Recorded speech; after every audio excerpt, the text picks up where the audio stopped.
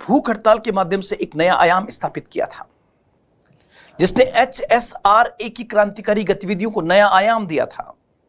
एक ऐसा क्रांतिकारी जिसने अपने जीवन के आरंभिक क्षणों में ही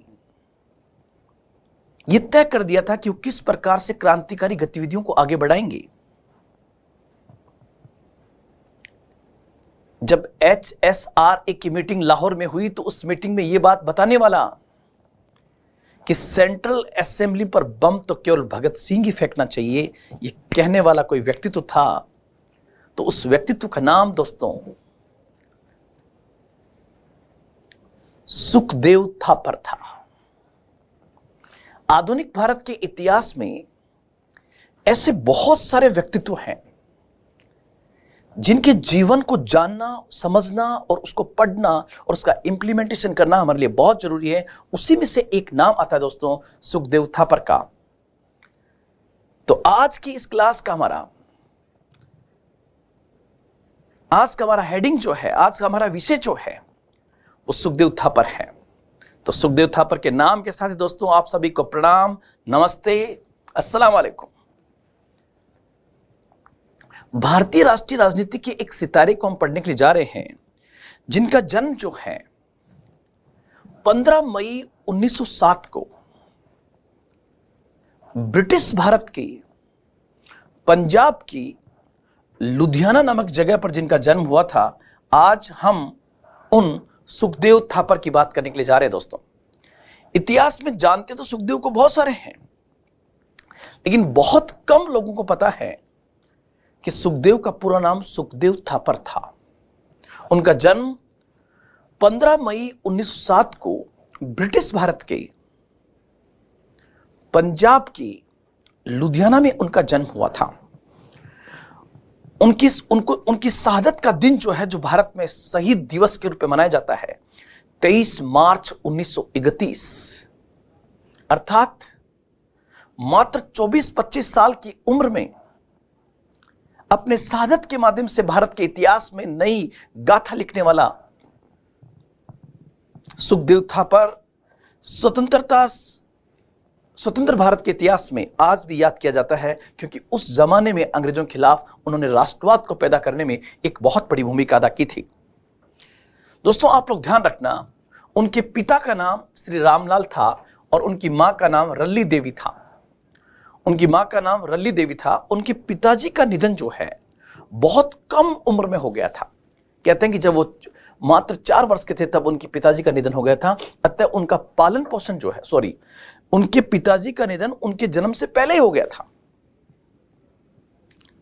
इसलिए उनके पिताजी का साया उन पर नहीं था। उनके जो अंकल थे, उनके जो चाचा जी थे, उन्होंने उनके पालन पोषण में बहुत बड़ी भूमिका अदा की। और चूंकि जो उनके अंकल थे वो आर्य समाज से थे, इसलिए आर्य समाज का इंपैक्ट जो है वो बेसिकली सुखदेव थापर पे पड़ता है। और आपको पता होगा दोस्तों, आर्य समाज के ही स्वामी दयानंद सरस्वती कहते हैं कि बेहतरीन से बेहतरीन विदेशी शासन की तुलना में खराब से खराब स्वदेशी शासन कई गुना बेहतर होता है। बेहतरीन से बेहतरीन विदेशी शासन की तुलना में खराब से खराब स्वदेशी शासन कई गुना बेहतर होता है। ये कहने वाला व्यक्तित्व जो था उसका नाम स्वामी दयानंद सरस्वती था।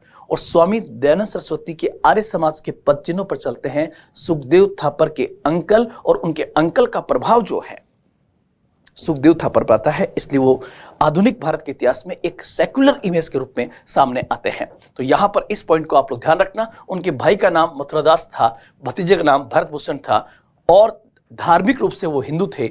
और उनकी ऑर्गेनाइजेशन की गतिविधि हम देखें तो आप लोग ध्यान रखना, एक संगठन बना था HRA। HRA की स्थापना अक्टूबर 1924 में सचिंद्रनाथ सान्याल के नेतृत्व में कानपुर के अंदर हुई थी, जिसमें मनमथ नाथ गुप्ता की बड़ी भूमिका थी। और वही HRA जो है आपको पता है काकोरी कांड को अंजाम देता है 9 अगस्त 1925 को। और 1926 के अंदर एक संगठन की स्थापना होती है 1926 में। 1926 में जिस संगठन की स्थापना हुई दोस्तों, आप लोग ध्यान रखना, उस संगठन को हम कहते हैं 1926 में जिस ऑर्गेनाइजेशन की स्थापना हुई उसको हम कहते हैं पंजाब नौजवान सभा, उसी को हम कहते हैं पंजाब नौजवान सभा।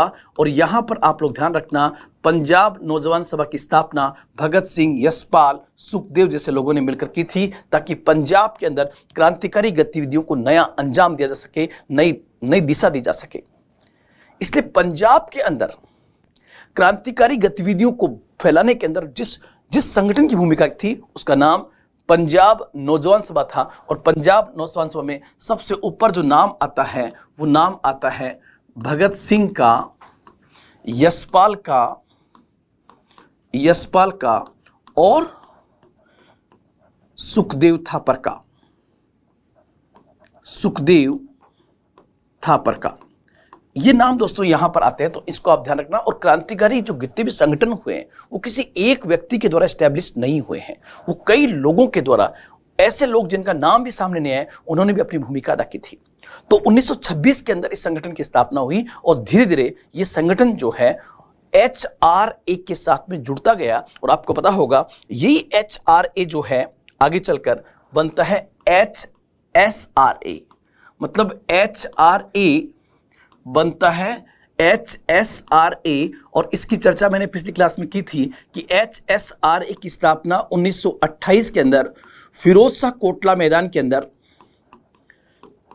फिरोज शाह कोटला दिल्ली में इसकी स्थापना होती है। और आपको मैंने यह भी कहा था कि इसकी स्थापना में जिस व्यक्तित्व की सबसे बड़ी भूमिका थी उनका नाम था चंद्रशेखर आजाद।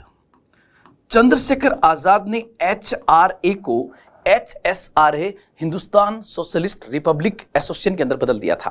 अर्थात क्रांतिकारियों पर रूसी क्रांति का प्रभाव आ रहा था और वो समाजवाद की ओर उन्मुख हो रहे थे। ये एक अच्छी बात थी, वो समाज में समानता की बात करते थे, समाज में समानता की बात करते थे।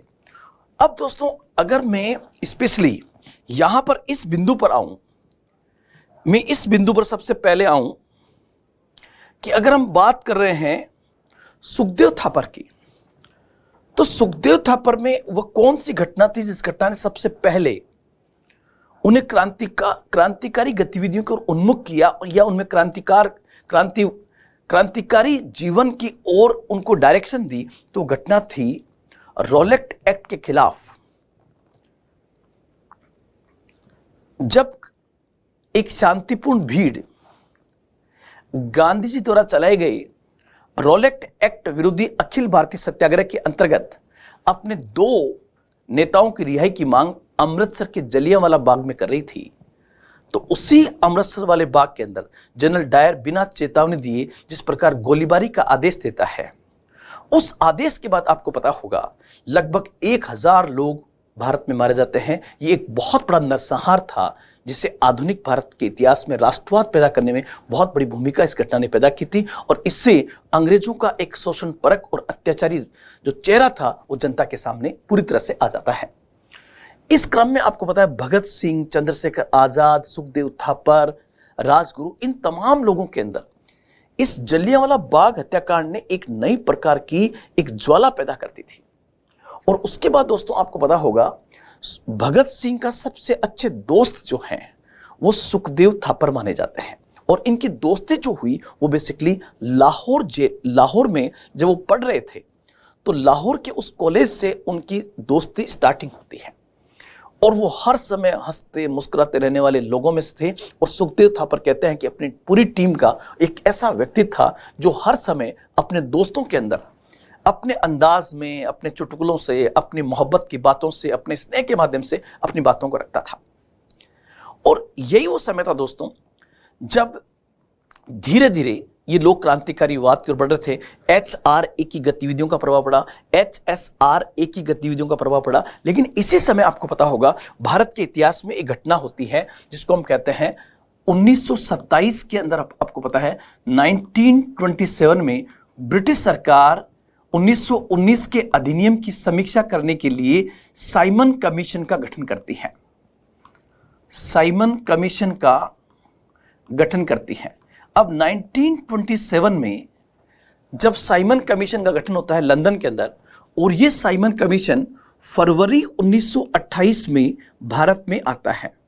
साइमन कमीशन फरवरी 1928 में साइमन कमीशन भारत में आता है और भारत में सबसे पहले यह कमीशन बॉम्बे में 3 फरवरी 1928 को उतरता है। अब साइमन कमीशन जब भारत आया तो साइमन कमीशन में चूंकि एक भी भारतीय सदस्य नहीं था, इसलिए साइमन कमीशन के भारत आते ही जबरदस्त इसका विरोध शुरू होता है। कमीशन का विरोध भारत में जबरदस्त होता है, साइमन गो बैक के नारे लगाए जाते हैं। इस क्रम में एक घटना ऐसी घटी जिसकी चर्चा मैंने इससे पहले वाली क्लास में भी की थी और मैंने कहा था कि साइमन कमीशन का जब पूरे भारत में विरोध होता था तो इस क्रम में लाहौर के अंदर इस घटना का विरोध करने में सबसे आगे थे लाला लाजपत राय। लाला लाजपत राय, और आपको ये घटना मेरी पूरी कम से कम 2 बार मैंने सुना दी है तो इसको पूरा नहीं बताऊंगा, इसकी डेट वगैरह आप इससे पहले वाली क्लास में देखना। लाला लाजपत राय जब साइमन कमीशन का विरोध कर रहे थे तो लाहौर में इस दौरान जब साइमन कमीशन का जबरदस्त विरोध होता तो उसी विरोध में लाहौर का जो एसपी था जेम्स और स्कॉट जो है वो लाठीचार्ज का आदेश देता है। और उस लाठीचार्ज के अंदर आपको पता है लाला लाजपत राय जो है वो अक्टूबर 1928 में वो घायल हो जाते हैं और नवंबर 1928 में लाला लाजपत राय की निधन हो जाता है, वो देश के लिए शहीद हो जाते हैं। लेकिन मैंने आपको बताया था कि वो अपने शहीदी से पहले, अपने मरने से पहले घायल अवस्था में लाला लाजपत राय कहते हैं कि मेरे सीने पर लगी एक एक लाठी ब्रिटिश साम्राज्य के ताबूत में अंतिम कील साबित होगी। और जब ये बात दोस्तों आपको पता होगा, जब क्रांतिकारी सुनते हैं तो उनका सीना गर्व से फूल जाता है और वो अपने आप के व्यक्तिगत बलिदान के लिए उतर आते हैं। इस क्रम में आपको पता होगा भगत सिंह, चंद्रशेखर आजाद, राजगुरु, सुखदेव, ये तमाम लोग जो है एक प्लानिंग तैयार करते हैं और उस प्लानिंग में तय होता है कि इस आदेश देने वाले जेम्स ए स्कॉट को हमें टारगेट करना है। और दोस्तों आपको पता होगा ये लोग सफल रहते हैं और 1928 के अंत में आपको पता है ये जब उसको मार रहे होते हैं तो हत्या हो जाती है सैंडर्स की, जो सैंडर्स की हत्या हो जाती है। हालांकि किसको मारना चाहते थे? जेम्स ए स्कॉट को मारना चाहते थे, लेकिन सैंडर्स की हत्या हो जाती है। सैंडर्स की हत्या कहाँ होती है? लाहौर में होती है। वो भी पुलिस के अंदर एक बड़ा अधिकारी था। और यहाँ पर दोस्तों आप लोग ध्यान रखना, इसी को इतिहास में लाहौर षड्यंत्र के नाम से जाना जाता है। इसी घटना को इतिहास में लाहौर षड्यंत्र के नाम से जाना जाता है। अब लाहौर षड्यंत्र, अब लाहौर षड्यंत्र के तहत आपको पता होगा एकदम धरपकड़ मचती है कि क्रांतिकारियों को गिरफ्तार किया जाए और क्रांतिकारी अपने अपने क्षेत्रों से भाग जाते हैं। कई क्रांतिकारी गिरफ्तार हो जाते हैं, लेकिन मुख्य जो क्रांतिकारी थे वो भागने में सफल रहते हैं। और इस दौरान दोस्तों जब ये क्रांतिकारी भाग रहे थे तो इनको इस बात का पता था कि हम पकड़े जाएंगे। तो क्रांतिकारियों की मीटिंग होती है, उसमें यह होता है कि यार हमें सेंट्रल असेंबली पर बम डालना है।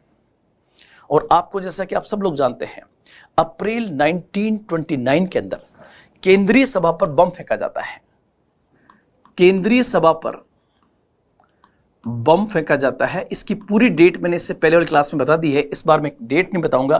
केंद्रीय सभा बम फेंका जाता है और ये बम की घटना जो है ये कब की है? तो ये घटना अप्रैल 1929 की एग्जैक्ट डेट आप बताएंगे, क्योंकि इससे पहले वाली क्लास में मैंने बहुत अच्छे से आपको बता दिया था।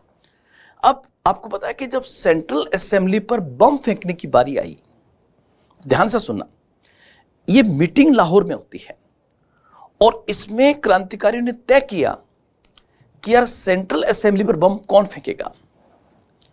तो किसी ने कहा इसको फेंको, किसी ने कहा इसको फेंको। सुखदेव थापर बोलता है, सुखदेव ने कहा कि सेंट्रल असेंबली पर बम फेंकने की जिम्मेदारी भगत सिंह को दी जाए, भगत सिंह को दी जाए। तो क्रांतिकारियों ने कहा कि भगत सिंह तो ऑलरेडी लाहौर षड्यंत्र केस में फंसे हुए हैं, पुलिस उनको गिरफ्तार करने के लिए ढूंढ रही है, इसलिए हमें भगत सिंह को आगे नहीं करना चाहिए। लेकिन सुखदेव ने कहा कि अगर भगत सिंह इस बम को फेंकेंगे तो इसका प्रभाव अलग होगा, जब ये नाम जाएगा कि भगत सिंह ने सेंट्रल असेंबली बम फेंका है, तो पूरे देश में एक नए प्रकार का जोश पैदा होगा।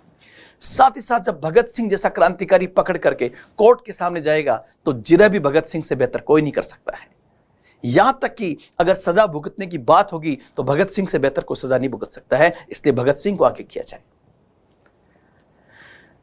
कहते हैं दोस्तों कि इस दौरान भगत सिंह कुछ बोलते हैं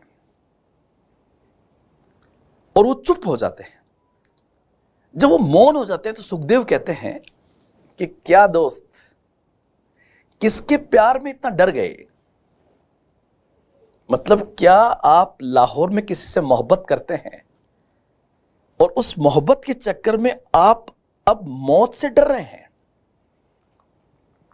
भगत सिंह वहां कुछ नहीं बोले, क्योंकि सुखदेव जो है भगत सिंह का सबसे बेहतरीन दोस्त था। लेकिन दोस्तों, आपको पता है कि अप्रैल 1929 में सेंट्रल असेंबली पर भगत सिंह और बटुकेश्वर दत्त ने जब बम फेंका, तो उस बम का उद्देश्य किसी को घायल करना नहीं था, किसी को मारना नहीं था, बल्कि ब्रिटिश सत्ता में एक नया प्रकार का खौफ पैदा करना था।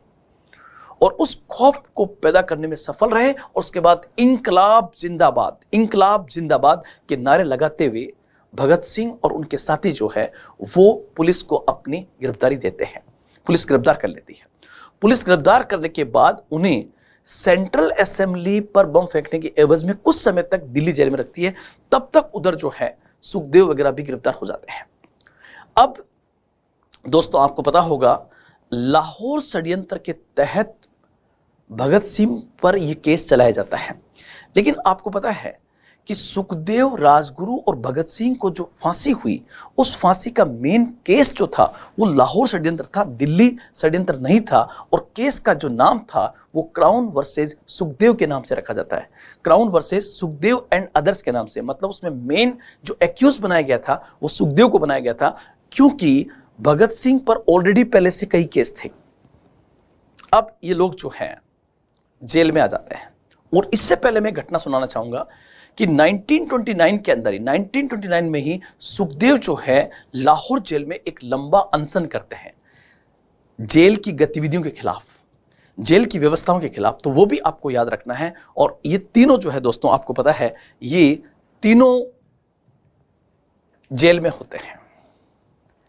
और इस दौरान आपको पता है कि गांधी जी सविनय अवज्ञा आंदोलन करते हैं 1930 के अंदर। और सविनय अवज्ञा आंदोलन जो है वो स्थगित होता है 5 मार्च 1931 को। और 5 मार्च 1931 को गांधी इरविन पैक्ट होता है। उस गांधी इरविन पैक्ट में गांधी स्वीकार कर लेते हैं कि सविनय अवज्ञा आंदोलन को स्थगित कर देंगे। और गांधी जी कहते हैं कि वो यहां पर, आप लोग ध्यान रखना, गांधी इरविन पैक्ट जो है ये बेसिकली 5 मार्च 1931 को होता है। साथ ही साथ आपको पता है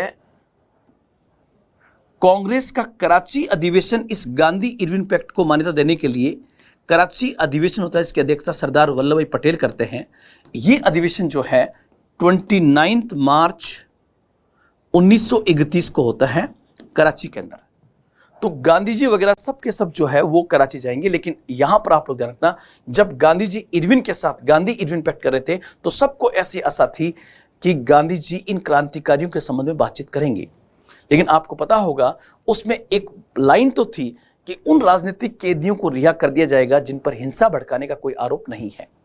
उस समय भगत सिंह, सुखदेव, राजगुरु जो है वो बेसिकली जेल के अंदर थे। ये लोग जेल में थे और पीछे से ये पैक्ट होता है। इस पैक्ट में संभावना थी कि कहीं ना कहीं ऐसा कोई रास्ता निकलेगा जिससे उनकी फांसी की सजा जो है कम से कम आजीवन कारावास में बदल जाएगी। उनकी फांसी की डेट क्या थी दोस्तों? उनकी फांसी की डेट थी 23 मार्च 1931। 23 मार्च 1931 को जो है आपको पता है भारत में इसलिए फेमस है कि इस दिन हमारे 3 क्रांतिकारियों को फांसी की सजा हो जाती है। मतलब देखिए 5 मार्च, 23 मार्च और उसके बाद 29 मार्च। इसलिए कहते हैं कि दोस्तों 29 मार्च को जब गांधी कराची गए थे तो उससे पहले जगह जगह पर उनको काले झंडे दिखाए गए थे। यहां पर एक चीज और जोड़ना चाहूंगा, आपसे पूछे कि वो कौन सा प्रसिद्ध क्रांतिकारी था जिसने कैदियों के साथ में भूख हड़ताल की थी, तो आपका उत्तर होगा 1929 में सुखदेव ने जेल में रहते ब्रिटिश सरकार के अमानवीय व्यवहार और जेल में दिए जाने वाले खराब खाने के लिए भूख हड़ताल की थी। आगे एक नाम आएगा जतिन दास का, जिसका मैं आपको अलग से बताऊंगा जतिन दास के बारे में, लेकिन सुखदेव ने भी ये भूख हड़ताल की थी। उसके बाद दोस्तों आप लोग ध्यान रखना, सैंडर्स की हत्या, सुखदेव जेपी सैंडर्स की हत्या में शामिल थे, इसलिए उन्होंने भगत सिंह और राजगुरु का सहयोग किया था। यह पॉइंट भी आप लोग ध्यान रखना। और सैंडर्स की हत्या के लिए जो केस चलाया गया उसी को कहते हैं लाहौर षड्यंत्र केस। सुखदेव को कब गिरफ्तार किया गया था? 18 दिसंबर 1928 को गिरफ्तार किया गया था। और इसके कुछ समय बाद में आपको पता है सेंट्रल असेंबली पर बम फेंका जाता है। उसमें नाम किसका सुझाया गया था? सुखदेव ने भगत सिंह का नाम सुझाया था। एक चीज और, अगर आपसे यह क्वेश्चन पूछे कि वो कौन सा प्रसिद्ध क्रांतिकारी था जिसने गांधी जी को एक पत्र लिखा था, और उस पत्र में उन्होंने लिखा, उस पत्र में वो पत्र लिखने वाला व्यक्ति था सुखदेव। और सुखदेव ने उस पत्र में लिखा था कि देश के लिए बड़ी बड़ी बातें करना अलग बात है, लेकिन उन बड़ी बड़ी बातें करके और देश के लिए अपनी शहीदी देना अलग चीज है। अगर आप हमारा सहयोग नहीं कर सकते तो क्रांतिकारियों के संबंध में आप नकारात्मक बातें भी मत फैलाइए। इतना बोल्ड लिखने वाला कोई व्यक्ति तो था, तो उसका नाम सुखदेव था। दोस्तों यहां पर यह पॉइंट भी आप लोग यहां पर स्पेशली ध्यान रखोगे कि सुखदेव ने गांधी जी को भी पत्र लिखा था। और आपको पता है गांधी जी भगत सिंह, सुखदेव और राजगुरु की उस रूप में, जिस रूप में मदद होनी चाहिए थी, वो मदद नहीं कर सके। यहां तक कि एक बार कहते हैं कि सुखदेव जो थे वो लाहौर जेल में थे और उससे पहले कुछ समय के लिए भगत सिंह दिल्ली जेल में थे। जब कोर्ट में उनकी मुलाकात होती है तो आपको पता है सुखदेव एक ऐसा व्यक्तित्व था जो हर समय हंसता रहता था, खिलखिलाता था। लेकिन एक समय ऐसा भी आता है कि जब सुखदेव मन में एक तरीके से निराश हो जाते हैं, और जब कोर्ट में उनकी मुलाकात होती है तो सुखदेव भगत सिंह को कहता है कि भगत सिंह, मेरा दिल करता है कि मैं आत्महत्या कर लूं। तो भगत सिंह वापस सुखदेव को कहते हैं कि सुखदेव, तुम्हारे उत्साह, तुम्हारी उमंग, तुम्हारे विश्वास को देखकर तो आज हजारों क्रांतिकारी भारत के बाहर इस प्रकार की घटनाओं को अंजाम दे रहे हैं। तुम्हारी एक आवाज पर भारत में राष्ट्रवाद की आवाज गूंजती है, और तुम ऐसी बात करते हो। वो चाहे तुम्हारे पर कितना ही प्रकार का अमानवीय अत्याचार करे, कितना ही कठोर दंड दे, लेकिन तुम्हें हर समय तक मुस्कुराना है क्योंकि तुम्हारी मुस्कुराहट पे हम जिंदा हैं। ये बात कौन कहता है? भगत सिंह सुखदेव को कहता है। उसका इंपैक्ट दोस्तों ऐसा आया कि सुखदेव ने, उसके बाद सुखदेव को बहुत अमानवीय व्यवहार उनके साथ में किया गया, लेकिन उन्होंने हर बात का जवाब हंसकर दिया। और वो दिन भी नजदीक था। आपको पता होगा इन तीनों की फांसी की सजा जो मुकर्रर थी वो बेसिकली 24 मार्च 1931 थी। लेकिन पंजाब का जो प्रशासन था उसने कहा कि इन तीनों की फांसी से देश में राष्ट्रवाद का एक नया बवाल पैदा हो रहा है। इसलिए हो सकता है कि जेल पे हमला हो जाए, या हो सकता है कि ब्रिटिश अधिकारियों की हत्या कर दी जाए, क्योंकि भारत में इन युवाओं को लेकर भयंकर जोश है। इसलिए आपको पता होगा कि इनकी फांसी की सजा को एक दिन पहले कर दिया गया था, 23 मार्च 1931। और 23 मार्च 1931 को जब फांसी की हुई तब आपको पता होगा ये अपनी अपनी कोठरी में थे, और इनकी कोठरियां ऐसी थी जिसमें केवल घूम फिर सकते थे, उससे ज्यादा स्पेस वहां पर नहीं था। भगत सिंह जो है वो मेहता से वो किताब मंगाते हैं कि मुझे लेनिन की वो किताब चाहिए जो उनके द्वारा लिखी गई थी, रिवोल्यूशनरी लेनिन। सुखदेव अपने काम में मग्न है। सुखदेव ने कहा कि उससे वो कैरम बोर्ड ले लेना जो मैंने जेल अधिकारी को दे रखा है। और ये आपस में जो बात करते थे वो बातें अगर हम सुने तो आदमी अपने आप को राष्ट्र के लिए क्रांतिकारी बनने से रोक नहीं सकता है। इसलिए दोस्तों आप लोग ध्यान रखना सुखदेव के बारे में कि सुखदेव ने वो व्यक्तित्व था जिसने भगत सिंह और अपने साथियों के मध्य एक बहुत बड़ा राष्ट्रवादी जोश कायम रखने में एक बहुत अहम भूमिका अदा की थी। उससे आगे बढ़े तो सबसे पहले आप जब ये देखोगे कि आपको कौन कौन से पॉइंट सुखदेव के पॉइंट से याद रखने हैं, तो नंबर 1 लाहौर षड्यंत्र केस क्या था, जिसकी डिटेल मैंने आपको पहले भी समझा दी है और यहां पर भी समझा दिया है। सैंडर्स की हत्या कैसे हुई और ये सब चीज मैंने आपको बता दी है। और एक चीज आपको पता होगा कि सैंडर्स की हत्या के बाद लाहौर में पुलिस ने हत्या के आरोपियों की खोज शुरू की। ऐसे में इन क्रांतिकारियों ने के लिए वहां रुककर अपनी पहचान छुपाए रखना बहुत मुश्किल हो रहा था। ऐसे में पुलिस से बचकर भागने के लिए सुखदेव ने भगवती चरण वोरा की मदद मांगी थी। यहां पर ध्यान रखना, ये भगवती चरण वोरा जो है ये आपके लिए इंपॉर्टेंट है। और यहां पर एक नाम आएगा दुर्गा भाभी, जो भगवती चरण वोरा की पत्नी थी और इन क्रांतिकारियों की उसने बहुत बड़ी मदद की। जो आपको पता है जिनका नाम दुर्गा था और वो क्रांतिकारियों के में दुर्गा भाभी के नाम से प्रसिद्ध थी। इस महिला ने इन क्रांतिकारियों की मदद करने में बहुत अहम भूमिका अदा की थी। तो ये एक नया फैक्ट आपको मिला है। लाहौर षड्यंत्र तो मैं इससे पहले वाली क्लास में बहुत अच्छे से समझा चुका हूं, लेकिन आप लोग ध्यान रखना दुर्गा भाभी का नाम भी आपको याद रखना है। नेक्स्ट पॉइंट, एक विधानसभा में बम गिराने की योजना में सुखदेव का योगदान। सेंट्रल असेंबली पर बम जो फेंका है वो फेंका है भगत सिंह एवं बटुकेश्वर दत्त ने। लेकिन उस बम की योजना कैसे बनी, कौन बम फेंकेगा, उसमें जो सबसे बड़ा व्यक्तित्व था उसका नाम सुखदेव था। इसलिए आपको सुखदेव के नाम को भूलना नहीं है। 8 अप्रैल 1929 की ये डेट आपको याद रखनी है, जिस दिन इन्होंने सेंट्रल असेंबली पर 12:30 बजे नई दिल्ली में विधानसभा बम फेंका था। आपसे क्वेश्चन ये भी पूछ ले कि उस समय विधानसभा की अध्यक्षता कौन कर रहा था। मैं आपको हिंट देता हूं, क्या विट्ठल भाई पटेल अध्यक्षता कर रहे थे क्या? पहला पॉइंट। दूसरा, उस समय सेंट्रल असेंबली में कौन से 2 बिल पास हो रहे थे? पब्लिक सेफ्टी बिल और ट्रेड डिस्प्यूट बिल पास हो रहे थे। इसी प्रकार आपको पता है कि जिस समय ये बम फेंकते हैं उसके बाद वो कौन सा नारा देते हैं? इंकलाब जिंदाबाद, इंकलाब जिंदाबाद। और दोस्तों आपको पता है ये किसने कहा था कि इंकलाब जिंदाबाद और भगत सिंह जिंदाबाद कहना एक ही बात है? ये किसने कहा था? तो आपका 100% जो उत्तर होगा वो होगा सुभाष चंद्र बोस। सुभाष बाबू ने कहा था कि इंकलाब जिंदाबाद और भगत सिंह जिंदाबाद कहना एक ही बात है। इसलिए आप सोच सकते हो कि भगत सिंह और उनके साथियों ने इस देश को क्या दिया। और वो क्या कहते हैं? भगत सिंह उस समय कहते हैं कि गूंगों और बहरों को सुनाने के लिए आवाज ऊंची होनी चाहिए, ये कह करके भगत सिंह जो है वहां पर बम फेंकते हैं। तो ये पॉइंट भी आप लोग यहां पर याद रखेंगे। और उन्होंने आत्मसमर्पण कर दिया था। अब एग्जाम के पॉइंट से क्या क्या तैयार करना है?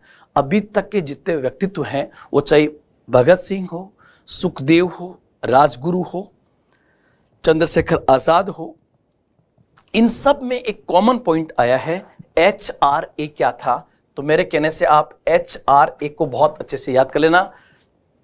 अक्टूबर 1924, कानपुर हिंदुस्तान रिपब्लिकन एसोसिएशन, सचिंद्रनाथ सान्याल, मनमनाथ गुप्ता, जिन्होंने क्रांतिकारियों के अंदर एक बहुत बड़ी आवाज और उनके सहयोग करने में मदद की थी HRA ने।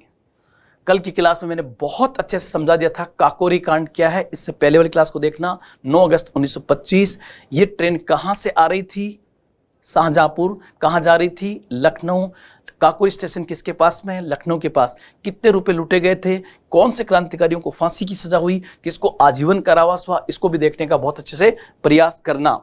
इसी प्रकार आप लोग ध्यान रखना, HSRA क्या था? 1928 फिरोजा कोटला मैदान, चंद्रशेखर आजाद। HRA का नाम बदलकर हिंदुस्तान सोशलिस्ट रिपब्लिकन एसोसिएशन कर दिया गया। ये मैंने पिछली 4 क्लास में लगातार आपको समझाने का प्रयास किया है। इसी प्रकार साइमन कमीशन का विरोध क्यों रहा था? क्योंकि साइमन कमीशन के सभी सदस्य अंग्रेज थे और उसमें आत्मनिर्णय के सिद्धांत का उल्लंघन था। अर्थात जिस देश का कानून बनना था उस देश के लोगों को पूछा नहीं जा रहा था। इसलिए साइमन कमीशन का जबरदस्त विरोध 1928 में भारत में हुआ और इस क्रम में वो एक घटना जिसने पूरे भारत के अंदर साइमन कमीशन का न केवल विरोध जता दिया बल्कि लाला लाजपत राय ने अपनी शहीद होकर के एक नया प्रकार का चैप्टर स्टार्ट कर दिया, जिसने क्रांतिकारियों में एक नई ललक जगा दी, एक नई ज्वाला जगा दी। तो ये भी आपको यहां पर याद रखना है। फिर सैंडर्स की हत्या क्यों की? वो किसको मारना चाहते थे? जेम्स ए स्कॉट को मारना चाहते थे। ध्यान रखना, जेम्स ए स्कॉट को मारना चाहते थे। लाहौर षड्यंत्र आएगा आपका। उसके बाद आगे बढ़ते हैं। 23 मार्च 1931 को भारत में कैसे याद किया जाता है? 23 मार्च 1931 को भारत में शहीद दिवस के रूप में याद किया जाता है। और इन शहीदों की बलि जो थी, इनका जो बलिदान था वो खाली नहीं गया। और आपको पता होगा, इन्हीं की याद में आज भी हम शहीद दिवस मनाते हैं।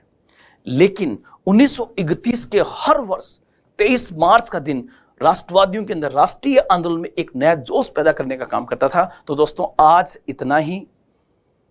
हमने जिस उत्साह के साथ, उमंग के साथ, विश्वास के साथ इन शहीदों के बारे में, इन क्रांतिकारियों के को प्रस्तुत किया, और इसको कहीं बोलने में मैं से गलती हुई तो मैं क्षमा चाहता हूं, लेकिन भारत का इतिहास हमेशा इन शहीदों को याद रखेगा।